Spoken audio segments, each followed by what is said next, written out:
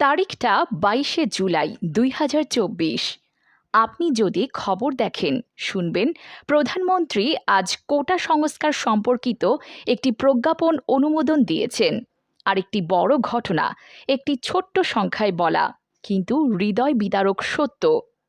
আজ আরও ১৩ জনের মৃত্যুর খবর পাওয়া গেছে। কিন্তু আপনি জানেন কি, এই ৬ দিনে মোট ১৮৭ জন মানুষ মারা গেছেন? এটাই কি আজকের বাংলাদেশের নীরব ট্র্যাজেডি নয়?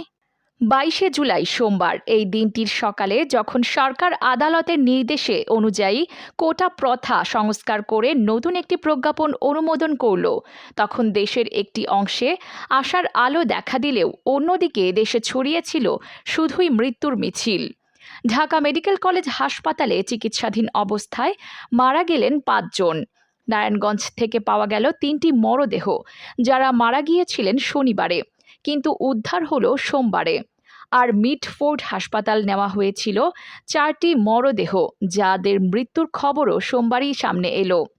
এছাড়াও জানা যায় নিহতদের মধ্যে ছিলেন একজন পুলিশ সদস্য, একজন যিনি হয়তো জনগণের নিরাপত্তার জন্য নিযুক্ত ছিলেন, কিন্তু নিজেই হলেন সহিংসতার বলি। এভাবে ৬ দিনে মৃত্যুর হিসাবটা দাঁড়ায় এমন: মঙ্গলবার ৬ জন, বৃহস্পতিবার ৪১ জন, শুক্রবার ৭৯ জন, শনিবার ৩৬ জন, রোববার ২০ জন এবং সোমবার ৫ জন। সপ্তাহটা শেষ হয়নি বিষাদের তালিকা ছাড়া। কিন্তু কে এই মানুষগুলো? কোথা থেকে তারা এলেন? তাদের অপরাধ কি ছিল? নাকি তারা ভুল সময়ে ভুল জায়গায় ছিলেন? এই প্রশ্নগুলো যখন আমরা ঘরে বসে চা খেতে খেতে ভাবি না, তখনই জন্ম নেয় এমন মৃত্যুর পরিসংখ্যান।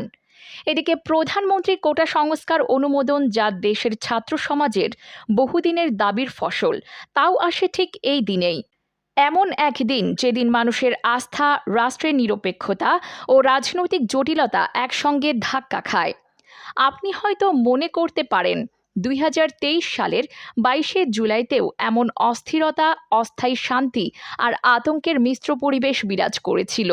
সে সময় দলীয় রাজনীতির দোলাচলে ছিল গণতন্ত্রের অস্তিত্ব, কোটা সংস্কার, ধর্ষণ বিরোধী আন্দোলন, রাজনৈতিক বন্দিত্ব, সবই ছিল আলোচনায়। কিন্তু ২০২৪ সাল, তা যেন শুধুই আলো নয়, এক ছায়ার বিস্তার।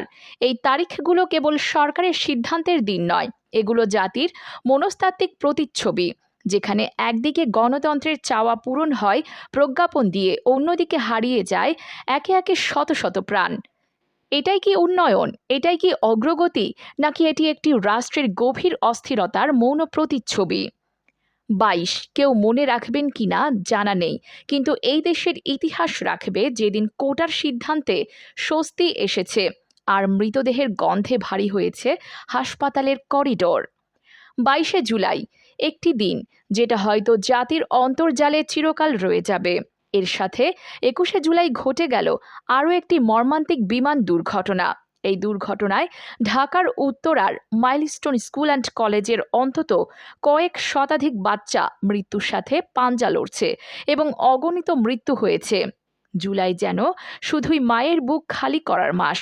জুলাই বারবার শুধু শোক নিয়েই আমাদের মাঝে ফিরে আসছে।